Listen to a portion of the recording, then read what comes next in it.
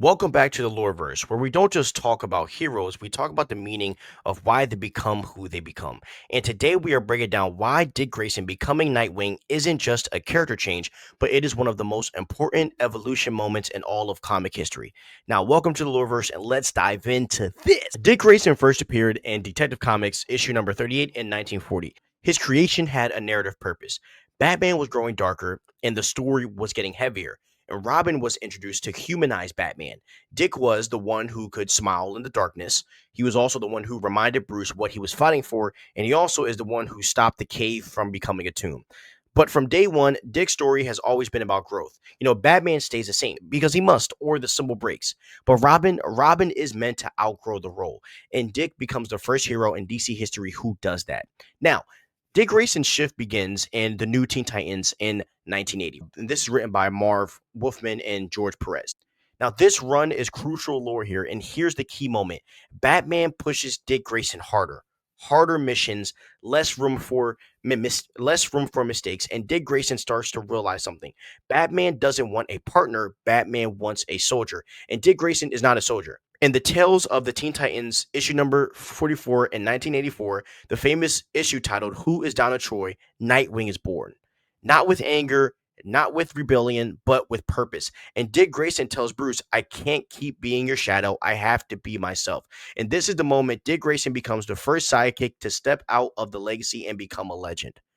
And this is where the lore gets beautiful because Dick Grayson didn't choose the name from Gotham. He didn't choose something tied to fear, and he didn't choose a bat. In Superman issue number 58 in 1963, Superman tells Dick the legend of Nightwing, a Kryptonian hero, a symbol of hope, rebirth, and breaking free of expectation.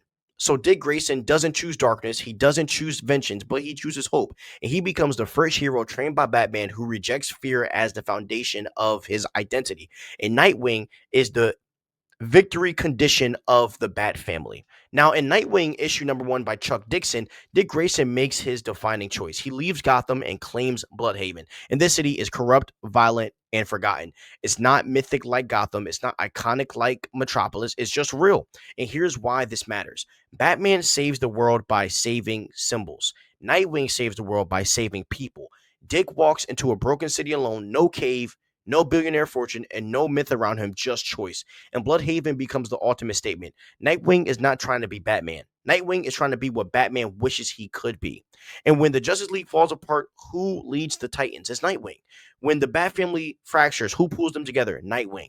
When Bruce dies in Final Crisis, who becomes Batman? Not Tim, not Damian, but Dick Grayson. And the wild part, Dick Grayson is freaking good at it because Dick understands something that Bruce Wayne never could. Leadership is not control. Leadership is actually trust. And the Bat family follows Batman because they fear disappointing him. And the Bat family follows Nightwing because they believe in him. And that is the difference. One of the greatest quotes in DC history comes from Batman Urban Legends, issue number 10. And it says this: Dick Grayson is what Batman was supposed to become. Because Dick Grayson is the healed version of Bruce. He's the success story, and he's proof that the mission works. Dick Grayson represents the possibility of recovery. Gotta understand this. Batman is trauma. Nightwing is what comes after trauma. And the moment Dick becomes Nightwing, it proves that the cycle can be broken. Okay.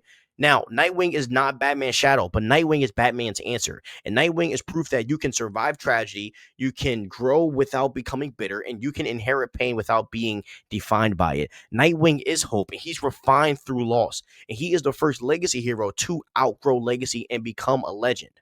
Okay, now I want to talk about a few other things. So there is a scene in the animated DC stuff, and Wonder Woman presses Bruce about, like, why are you taking a young kid under you? Like, why is he your sidekick? And I'm paraphrasing, but one of the things that Bruce Wayne, aka Batman, says is that I took him under my wing so he wouldn't become like me. People think that Batman accidentally created Nightwing. No, Batman helping Dick Grayson bring his parents' killer to justice, it did a lot for Dick Grayson as a character because he got actual closure that Batman never had. Another thing here, if you read the new 52 Batman, when, Dick Grayson finds out that he was supposed to be a Talon, right? And that he's connected to the Court of Owls in a way via his family line and DNA, and that the Court of Owls were looking at him to become a Talon.